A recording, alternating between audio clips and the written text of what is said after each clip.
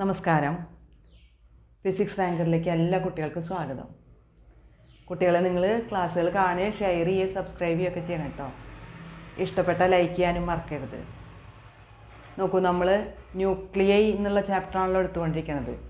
അതിൽ short questions നമ്മൾ deal ചെയ്യണത്. അടുത്ത ഷോർട്ട് ക്വസ്റ്റ്യൻ 25ാമത്തെ ബൈൻഡിങ് എനർജി പെർ ന്യൂക്ലിയോണും മാസ് നമ്പറും തമ്മിലുള്ള ഒരു ഗ്രാഫ്. അപ്പോൾ നമുക്കറിയപ്പെടുന്ന ഏതാനും എലിമെൻസിൻ്റെ ബൈൻഡിങ് എനർജി പെർ ന്യൂക്ലിയോണും മാസ് നമ്പറും തമ്മിലുള്ള ഗ്രാഫാണിത്. അപ്പോൾ ഡ്രോ ദ ഗ്രാഫ് സാധാരണ വരയ്ക്കാൻ പറയാറില്ല, പക്ഷേ ഗ്രാഫ് തന്നിട്ട് അതിൽ നിന്ന് ഓരോ ചോദ്യങ്ങൾ പ്രതീക്ഷിക്കാം. ബൈൻഡിങ് എനർജി പെർ ന്യൂക്ലിയോൺ കണ്ടു, വൈ ആക്സിസിൽ, മാസ് നമ്പർ എക്സ് ആക്സിസിൽ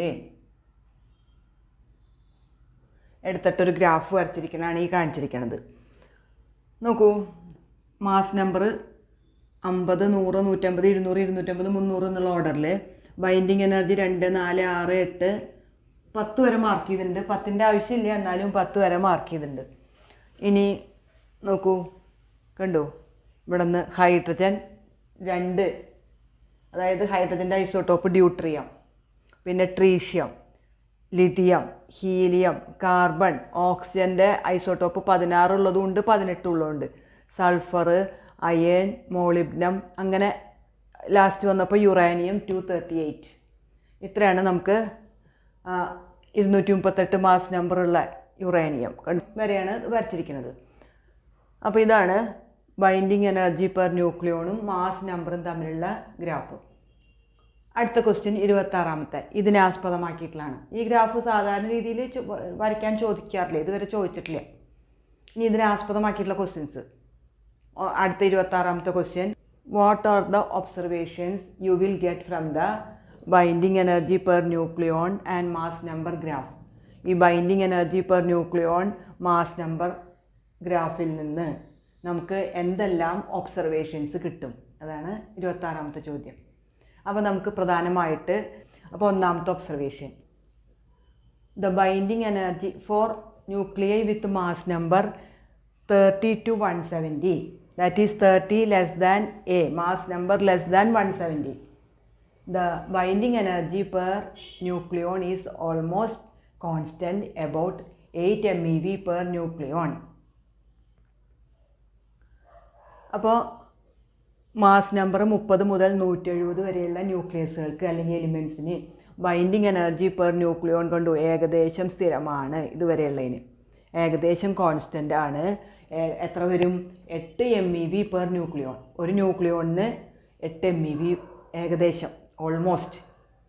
അതാണ് ഒന്നാമത്തെ ഒബ്സർവേഷൻ. 30 മുതൽ 170 വരെയുള്ള മാസ് നമ്പറുള്ള എലിമെൻറ്റ്സ് അല്ലെങ്കിൽ ന്യൂക്ലിയസുകൾക്ക് binding energy per nucleon 8 MeV ഏകദേശം കോൺസ്റ്റൻ്റ് ആണ്. ഇനി രണ്ടാമത്തെ കണ്ടു, ഈ ഗ്രാഫിൻ്റെ ഏറ്റവും മുകൾ ഭാഗം, ഏറ്റവും ടോപ്പ് ഏതാ? അവിടെ എഴുതിയിരിക്കുന്നത് അയേണാണ്. അപ്പോൾ the binding energy per nucleon is maximum for A equal to 56, that is iron 56 nucleus with a binding energy per nucleon 8.75 MeV per nucleon.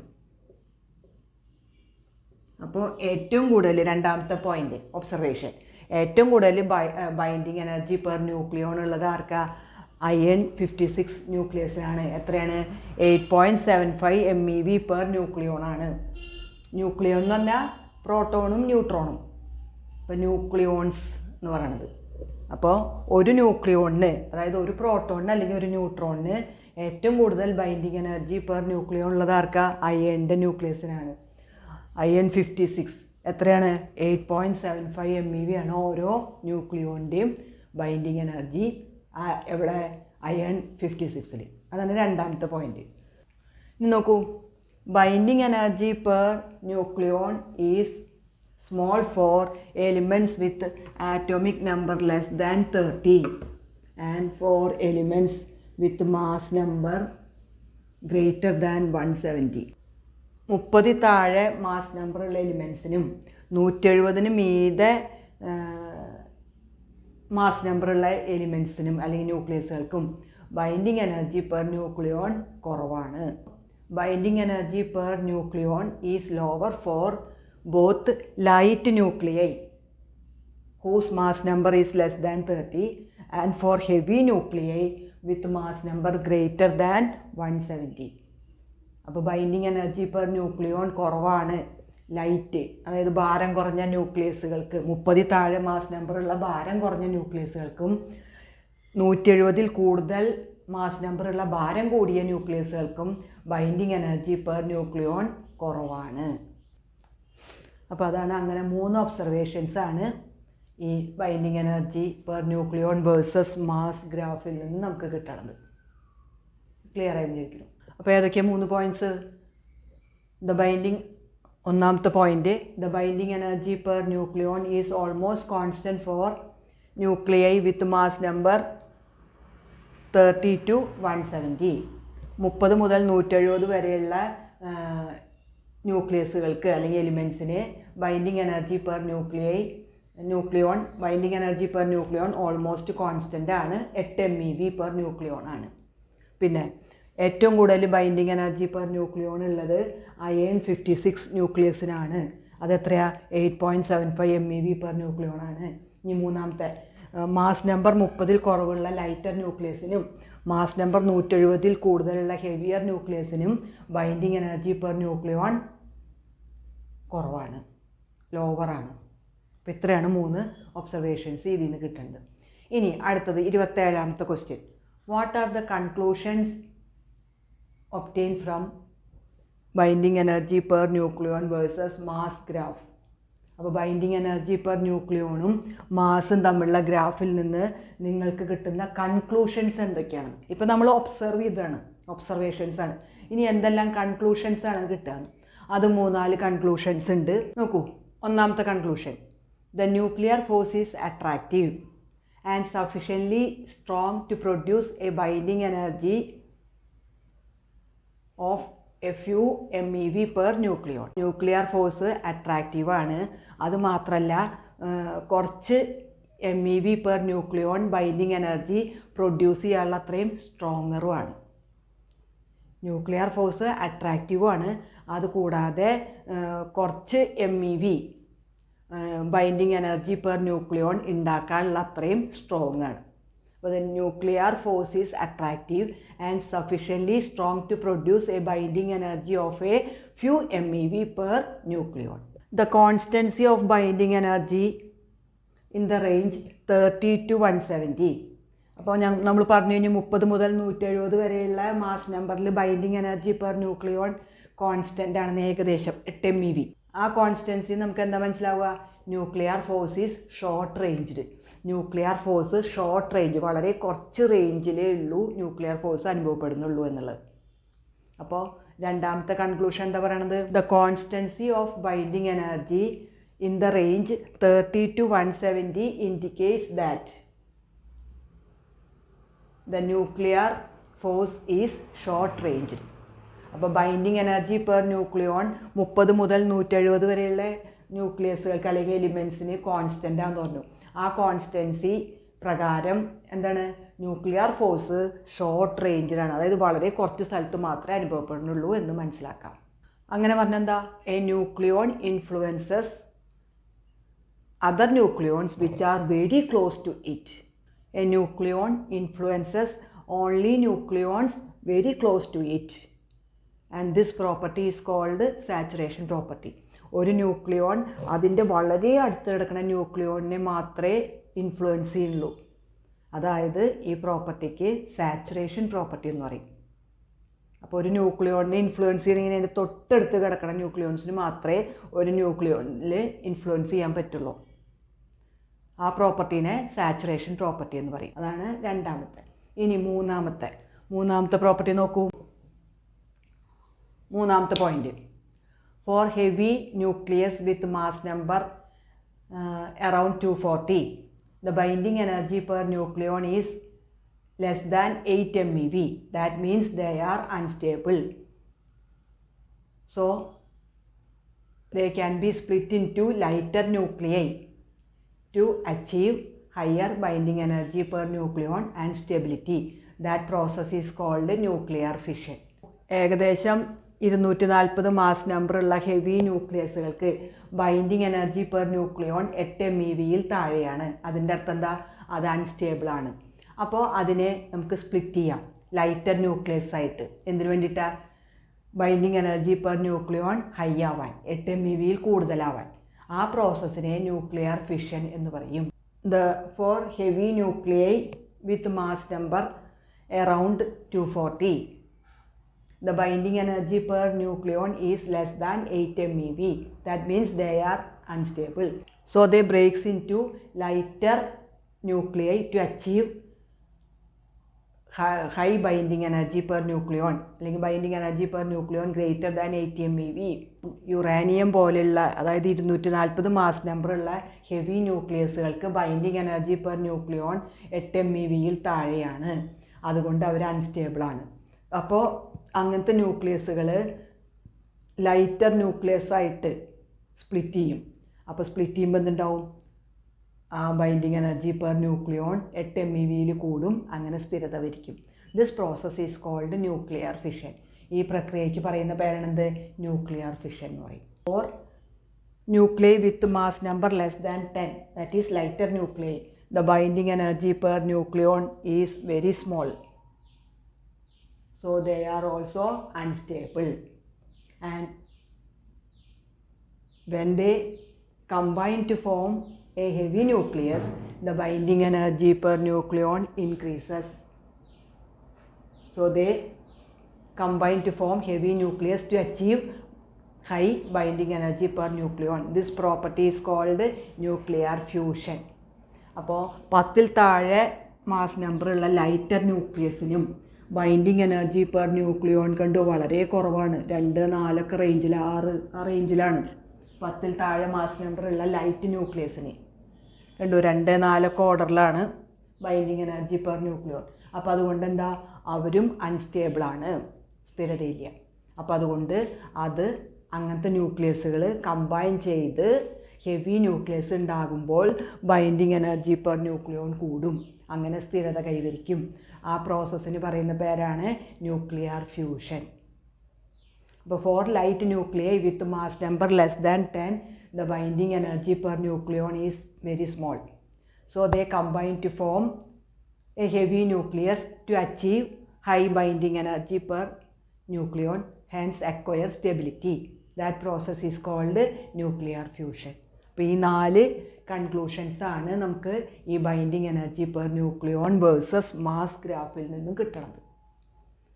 വളരെ ഇമ്പോർട്ടൻ്റ് ആണ്, ഇടയ്ക്കിടയ്ക്ക് ചോദിക്കാറുള്ളതാണ്, അത്ര ഇമ്പോർട്ടൻ്റ് ആണ്. അപ്പോൾ when lighter nuclei combine to form heavy nuclei, എന്തിനാ? Thereby increasing the binding energy per nucleon. Lighter nucleus combine ചെയ്ത് heavy nucleus ആയിട്ട് മാറുമ്പോൾ അവരുടെ ബൈൻഡിങ് എനർജി പെർ ന്യൂക്ലിയോൺ കൂടും. മനസ്സിലായ? അപ്പോൾ എന്തുണ്ടാവും? സ്റ്റെബിലിറ്റി ഉണ്ടാവും. ആ പ്രോസസ്സിനെ ന്യൂക്ലിയർ ഫ്യൂഷൻ എന്ന് പറയും. നോക്കൂ 28ാമത്തെ question. Write a short note on nuclear force. Nuclear ഫോഴ്സിനെ കുറിച്ച് ഒരു ഷോർട്ട് നോട്ട് എഴുതാനായിട്ട്. Nuclear force is the force which binds the nucleons inside the nucleus. ന്യൂക്ലിയോണുകളെ ന്യൂക്ലിയസിൻ്റെ ഉള്ളിൽ ബൈൻഡ് ചെയ്ത് പിടിച്ചു നിർത്തുന്ന ഫോഴ്സാണ് എന്ത്? Nuclear force. ഇനി അതിൻ്റെ ഇമ്പോർട്ടൻറ്റ് പോയിൻറ്റ്സ്. ഒന്നാമത്തെ point, the nuclear force is much stronger than the Coulomb's force of repulsion between protons inside the nucleus and the gravitation force between masses. അപ്പോൾ ഈ ന്യൂക്ലിയർ ഫോഴ്സ് എന്ന് പറയണത് ആ ന്യൂക്ലിയസിൻ്റെ ഉള്ളിൽ ആരാ ഉള്ളത്? ന്യൂട്രോണിന് ചാർജില്ല, പിന്നെയുള്ള പ്രോട്ടോണാണ്. പ്രോട്ടോണുകൾ പോസിറ്റീവ് ചാർജ് ആയതുകൊണ്ട് പരസ്പരം വികർഷിക്കും, റിപ്പല് ചെയ്യും. അപ്പോൾ ആ പ്രോട്ടോണുകൾ റിപ്പല് ചെയ്ത് പോകാതെ അതിനെ അവിടെ പിടിച്ചു നിർത്തണം. കണ്ടു? അപ്പോൾ കുളൂംസ് റിപ്പൽസീവ്, പ്രോട്ടോണുകൾ തമ്മിലുള്ള കുളൂമ്പിൻ്റെ റിപ്പൽസീവ് വികർഷണ ബലത്തേക്കാൾ വളരെ സ്ട്രോങ് ആണ്. മാത്രമല്ല മാസുകൾ തമ്മിലുള്ള ഗ്രാവിറ്റേഷൻ ഫോഴ്സിനെക്കാട്ടിലും വളരെയധികം സ്ട്രോങ് ആണ് എന്ത്? Nuclear force. അപ്പോൾ nuclear force is much stronger than the Coulomb's repulsive force between protons inside the nucleus and the gravitation force between masses. അതാണ് ഒന്നാമത്തെ. The nuclear force between two nucleons falls rapidly to zero as their distance is more than a few femtometers. രണ്ട് ന്യൂക്ലിയോണുകൾ തമ്മിലുള്ള nuclear force പെട്ടെന്ന് പൂജ്യത്തിലേക്ക് എത്തും. എപ്പോൾ അവർ തമ്മിലുള്ള distance കുറച്ച് ഫെംറ്റോമീറ്റേഴ്സിനേക്കാൾ കൂടുതലാവുമ്പോൾ. ഫെംറ്റോമീറ്റർ എന്ന് പറഞ്ഞാൽ എത്രയാണ്? 10⁻⁻15 ആണ് ഫെംറ്റോമീറ്റർ എന്ന് പറയണത്. അപ്പോൾ രണ്ട് ന്യൂക്ലിയോണുകൾ തമ്മിലുള്ള ന്യൂക്ലിയർ ഫോഴ്സ് പെട്ടെന്ന് പൂജ്യത്തിലേക്ക് വീഴും. എപ്പോൾ അവർ തമ്മിലുള്ള ഡിസ്റ്റൻസ് കുറച്ച് ഫെംറ്റോമീറ്റേഴ്സിനേക്കാൾ കൂടുമ്പോൾ. The nuclear force is attractive for distances larger than 0.8 femtometer and repulsive if they are separated by a distance less than 0.8 femtometer. അപ്പോൾ the nuclear force is attractive for distances larger than 0.8 femtometer and repulsive if they are separated by a distance less than 0.8 femtometer. അപ്പോൾ ന്യൂക്ലിയോണുകൾ തമ്മിലുള്ള അകലം 0.8 ഫെംറ്റോമീറ്ററിനേക്കാൾ കൂടുതലാണെങ്കിൽ nuclear force അട്രാക്റ്റീവും ആകർഷണവും. Distance 0.8 ഫെംറ്റോമീറ്ററിനേക്കാൾ 0.8 ഫെംറ്റോമീറ്ററിനേക്കാൾ കുറവ് ഡിസ്റ്റൻസിലേക്ക് അവരെ മാറ്റുകയാണെങ്കിൽ, ന്യൂക്ലിയോണുകളെ മാറ്റുകയാണെങ്കിൽ nuclear force റിപ്പൾസീവും ആവും, വികർഷണമാവും. ഇനി നോക്കൂ, ഇവിടെ പൊട്ടൻഷ്യൽ എനർജി MEVയിലും ഡിസ്റ്റൻസ് ഫെംറ്റോമീറ്ററിലുള്ളൊരു ഗ്രാഫ് വരച്ചിരിക്കുന്നു. അപ്പോൾ potential energy in MEV versus distance in femtometre, അതിൻ്റെ ഷേപ്പാണ് ഈ കാണുന്നത്. കണ്ടു, 0.8 ഫെംറ്റോമീറ്റർ കണ്ടു ഡിസ്റ്റൻസ്. ഇത് 0.8 ഫെംറ്റോമീറ്റർ ഡിസ്റ്റൻസ്, അതിനെ നമ്മൾ R0 എന്ന് പറയും. A rough graph of potential energy between two nucleons versus distance in femtometre is plotted here. A rough plot of potential energy between two nucleons versus distance in femtometer is drawn here. അപ്പോൾ രണ്ട് ന്യൂക്ലിയോണുകൾ തമ്മിലുള്ള MEVയിലുള്ള potential എനർജിയും ഫെംറ്റോമീറ്ററിലുള്ള ഡിസ്റ്റൻസും തമ്മിലുള്ളൊരു ഗ്രാഫാണ് വരച്ചിരിക്കുന്നത് ഇവിടെ. Potential energy is minimum, കണ്ടു നെഗറ്റീവാണ്.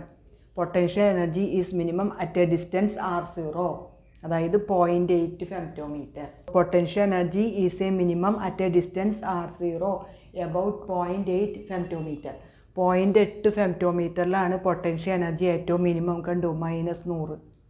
അപ്പോൾ എത്രയിലാണ്? ആ ഡിസ്റ്റൻസിനെ നമ്മൾ R0 എന്ന് പറയും. ഇനി മൂന്നാമത്തെ ന്യൂക്ലിയർ ഫോഴ്സിനെ കുറിച്ചുള്ള മൂന്നാമത്തെ property, the nuclear force between proton and proton or neutron and neutron is same.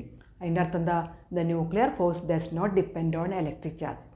അപ്പോൾ പ്രോട്ടോണും തമ്മിലുള്ള ന്യൂക്ലിയർ ഫോഴ്സ് ആണെങ്കിലും ന്യൂട്രോണും തമ്മിലുള്ള ന്യൂക്ലിയർ ഫോഴ്സ് ആണെങ്കിലും സെയിം ആണ്, യാതൊരു വ്യത്യാസവും ഇല്ല, അത് രണ്ടും സെയിം ആണ്. അപ്പോൾ nuclear force between proton and proton or neutron and neutron is same. That is the nuclear force does not depend on electric charge. Nuclear force പ്രോട്ടോണും തമ്മിലുള്ള ന്യൂക്ലിയർ ഫോഴ്സും ന്യൂട്രോണും തമ്മിലുള്ള ന്യൂക്ലിയർ ഫോഴ്സും സെയിം ആണ്. അത് ചാർജിനെ, ഇലക്ട്രിക് ചാർജിനെ ആശ്രയിക്കുന്നില്ല, ഡിപ്പെൻഡ് ചെയ്യുന്നില്ല. അപ്പോൾ ഇത്രയാണ് ഷോർട്ട് ക്വസ്റ്റ്യൻസ് ഇന്നേക്കുള്ളത്. പഠിക്കുക. Okay, thank you children.